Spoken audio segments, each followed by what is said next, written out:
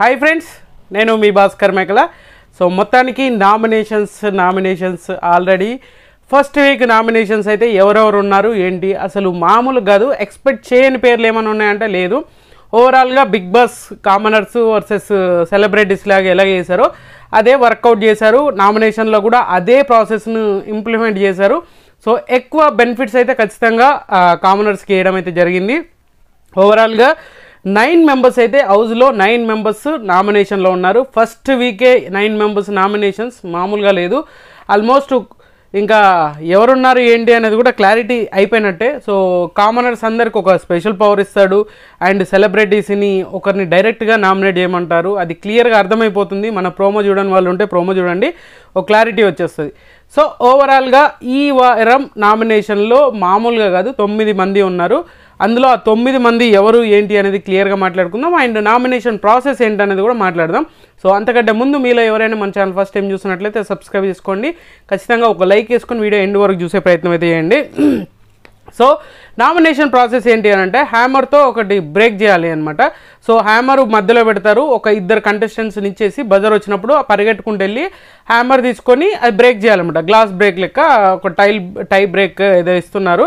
So దాన్ని break చేసి ఎవరిని నామినేట్ చేస్తున్నాము దాన్ని సరైన పద్ధతి అంటే మీ సరైన రీజన్స్ చెప్పి నామినేట్ చేయండి అనేది అయితే ప్రాసెస్. సో ఈ ప్రాసెస్లో ఆల్మోస్ట్ మన ఎవరు రీతు చౌదరికి ఏదో ఇంజూర్ అయిందంట. సో దానివల్ల లేట్ అయింది అని చెప్పేసి కూడా చెప్పారు.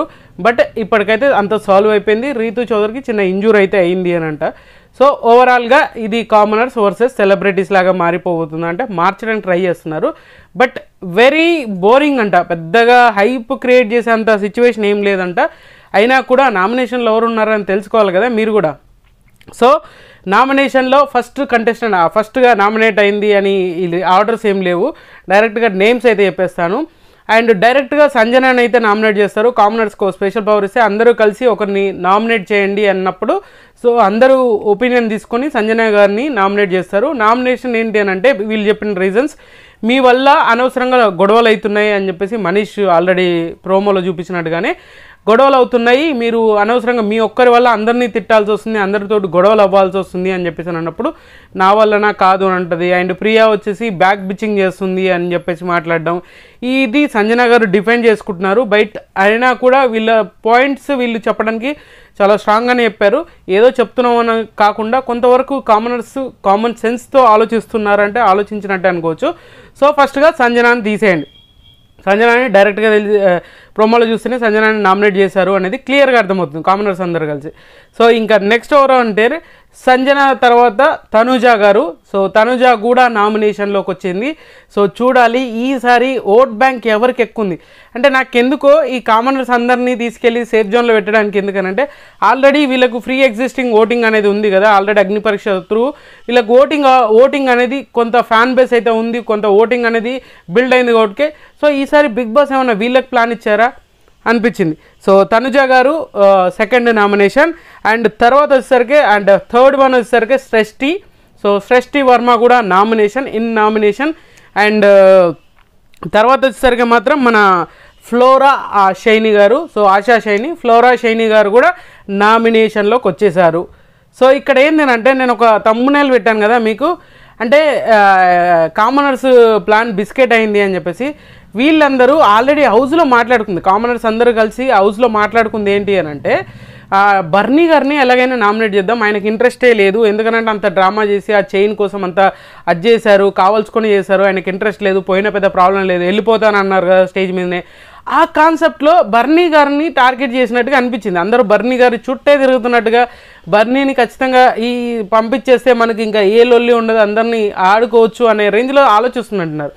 సో బర్నీ గారని కాదు, సో స్పోర్టివ్నెస్ ఉండాలి. ఆ స్పోర్టివ్నెస్ మీకు జడ్జెస్ అగ్ని పరీక్ష షోలో నేర్పించింది అదే. మీరు చాలా క్లారిటీగా ఉండాలి, జెన్యున్గా ఉండాలి అని చెప్పింది దానికోసమే. కానీ అది మిస్ అవుతుంది. నాకు అది క్లారిటీ తెలుస్తుంది. మీరు ఏదనుకుంటున్నారో అది వర్కౌట్ అయ్యే ప్లానింగ్ కాదు. బట్ అది బర్నీని నామినేట్ చేద్దామని ఫిక్స్ అయిపోయారు. బట్ బర్నీని నామినేషన్ అయితే చేయలేకపోయారు అనేది అయితే మనకు తెలిసిన ఇన్ఫో. ఫ్లోరా షైని గారు 4th పర్సన్. 5th వచ్చేసరికి ఇమాన్యుయల్ కూడా నామినేషన్లోకి వచ్చేసారు, రచ్చ లేపారు అని చెప్పేసి. అండ్ తర్వాత వచ్చేసరికి సుమన్ శెట్టి గారు, ఈయన కూడా నామినేషన్లోకి వచ్చారు. ఈసారి చాలా తొందరగా సెలబ్రిటీల నుంచి ఒకరు బయటకు పోయేటట్టున్నారు, అది క్లియర్గా అర్థమవుతుంది. ఎందుకంటే వీళ్ళకి ఫ్రీ ఎగ్జిస్టింగ్ ఓటింగ్ లేదు కాబట్టి కొంత అది ఉండొచ్చు. బట్ ఏంటంటే ఇది ఒక ప్లస్ పాయింట్ ఏంటంటే వీళ్ళకి ఫ్రీ ఎగ్జిస్టింగ్ అందరూ లేరు కదా, సో వీళ్ళకు సెలబ్రిటీసే ఆల్మోస్ట్ అందరూ ఉన్నట్టుగా. సుమన్ శెట్టి, తర్వాత రీతు చౌదరి ఉంది, అండ్ తర్వాత వచ్చేసరికి రాము రాథోడ్. సో ఈ 8 మంది, భరణి గారు తప్ప 8 మంది నామినేషన్లో ఉన్నారు. సో బిగ్ బాస్ ఈ ప్లానింగ్ నాకు అదే వర్కౌట్ చేస్తున్నట్టుగా అనిపించింది. కామనర్స్ అందరు కలిసి భరణిని నామినేట్ చేద్దాం అనుకుంటారు. తర్వాత ఒక్కొక్కరు మీరు చెప్పిన వాళ్ళే చెప్పకుండా ఒక్కొక్క రీజనబుల్ పాయింట్స్ చెప్పండి అని డిస్కషన్ చేస్తూ ఉన్నారు. ఎన్ని చేసినా కూడా ఎండ్ ఆఫ్ ది డే వాళ్ళకు అనుకున్నది ఏంటి, భరణి గారిని ఏ విధంగానైనా నామినేషన్లకు తీసుకురావాలి, పంపించేయాలని ప్లానింగ్లో ఉన్నారు. అది వర్కౌట్ అవ్వలేదు. బిగ్ బాస్ ఆ ప్లాన్ని రివర్స్ చేశాడు. మొత్తానికి భరణి తప్ప మిగతా వాళ్ళందరూ నామినేషన్లో పెట్టారు. సో కామనర్స్ వచ్చేసరికి కామనర్స్లో ఒక్కరే ఉన్నారు అనంట, అది కూడా డెమోన్ పవన్ మనోడు నామినేషన్లోకి వచ్చాడంట. నాకు ఎందుకో ఏంటో ఈసారి బిగ్ బాస్ ఒక ప్లానింగ్తో వర్కౌట్ చేస్తాడా ఓటింగ్ అంటే చెప్పలేము. బట్ ఎందుకంటే డిమోన్ పవన్కి చాలా ఫ్రీ ఎగ్జిస్టింగ్ ఓటింగ్ అనేది చాలా ఎక్కువ ఉంది. ఆల్రెడీ అగ్ని పరీక్షలు కూడా మనోడికి చాలా ఓటింగ్ అనేది బీభత్సంగా పడుతుంది. అయినా కూడా మరి ఏ వర్షన్లో మనోడి నామినేషన్లోకి వచ్చాడా అనేది తెలియదు. బట్ ఓవరాల్గా ఇంట్రెస్టింగ్ టాపిక్ ఏంటి అని అంటే 8 మంది సెలబ్రిటీస్ నామినేషన్లో. సో తర్వాత నాకు పవన్ ఒకరు, నా కామనర్స్ నుంచి ఆల్రెడీ పవన్కి చాలా ఎక్కువ ఓటింగ్ అనేది ఆల్రెడీ బయట ఉంది, ఓటింగ్ పడుతూ ఉంది. అయినా కూడా మనోడు నామినేషన్లోకి వచ్చాడు. అండ్ ఇంకొకటి ఏంటంటే ఈసారి వీళ్ళు 6 మెంబర్స్ ఉన్నారు, వీళ్ళని కూడా 6 చేసేసి తర్వాత మళ్ళీ ఫ్రెష్గా ఏమన్నా ఈ 2.0 లాంచింగ్లో ఏమన్నా ఈక్వల్గా తీసుకొస్తారు ఆ కంటెస్టెంట్ని, ఏంటో అర్థం కావట్లేదు. సో మొత్తానికైతే ఓవరాల్గా 9 మెంబర్స్ ఉన్నారు ఈ ఫస్ట్ వీక్ నామినేషన్లో. సో చూడాలి ఇంకా ఏదైనా మార్పులు జరుగుతాయంటే ఏం జరిగే పరిస్థితి లేదు. ఓవరాల్గా అయితే తనుజ, సృష్టి, ఫ్లోరా షైని గారు, ఇమాన్యుయల్, సుమన్ శెట్టి, రీతు చౌదరి, రాము రాథోడ్, సంజన అండ్ డెమోన్ పవన్ గారు, వీళ్ళందరూ కూడా నామినేషన్లో ఉన్నారు. చాలా ఎగ్జైటింగ్గా ఉండే టాపిక్, మరి ఏం జరుగుతుందో చూడాలి. సో నాకు అనిపించింది ఏంటంటే ఇందులో ఖచ్చితంగా ఆశా షైని గారన్నా, అంటే ఫ్లోరా షైని గారన్నా, సంజన గారైనా, సుమన్ శెట్టి అయినా టాటా బై బై చెప్పబోతారంటే చెప్పే ఛాన్సెస్ ఉంది. బట్ వీళ్ళ ఓట్ బ్యాంక్ ఓపెన్ అయినాక కదా మనం చేయాల్సింది. సో చాలా పిఆర్ స్టెంట్లు ఉంటాయి కాబట్టి ఏదైనా జరగవచ్చు. బట్ ఇప్పటి నుంచి ఒక లెక్క, ఇప్పటి ఏదో డైలాగ్ ఉంటుంది కదా, అది రావట్లేదు. కానీ సో మొత్తానికైతే ఈ సిచ్యువేషన్ని ఏ విధంగా ఫేస్ చేయబోతున్నారు. ప్రతిసారి కూడా సెలబ్రిటీసు అని అనుకున్నారు, కొంత ఏజ్డ్ వాళ్ళని తీసుకొస్తారు, వాళ్ళే వెళ్ళిపోతూ ఉంటారు. అది ఫ్రీ ప్లాన్డ్గా జరుగుతుందా అంటే వాళ్ళకు ఓటింగ్ లేకుండా పోతుందా, దానివల్ల ఏదో అవుతుంది. బట్ ఈసారి ఏదన్నా మ్యాజిక్లు జిమ్మిక్లు ఏమైనా చేసే ఛాన్సెస్ ఉంది బిగ్ బాస్. మరి ఏం చేస్తారో చూడాలి. ఓవరాల్గా ఇప్పటివరకు అయితే ఫస్ట్ వీక్ నామినేషన్లో 9 మెంబర్స్ ఉన్నారు. ఇంకా రేపటి నుంచి ఓటింగ్ లైన్స్, ఈరోజు షో అయిపోయాక midnight 12 నుంచి ఓటింగ్ లైన్స్ ఓపెన్ అయిపోతాయి అని అనుకుంటున్నాను. లేదు అని అంటే ఎపిసోడ్ అయిపోయాక మీ ఓటింగ్ లైన్స్ అయితే ఓపెన్ అయిపోతాయి. ఖచ్చితంగా మీకు నచ్చిన కంటెస్టెంట్ ఓటేసుకోండి. సో ఖచ్చితంగా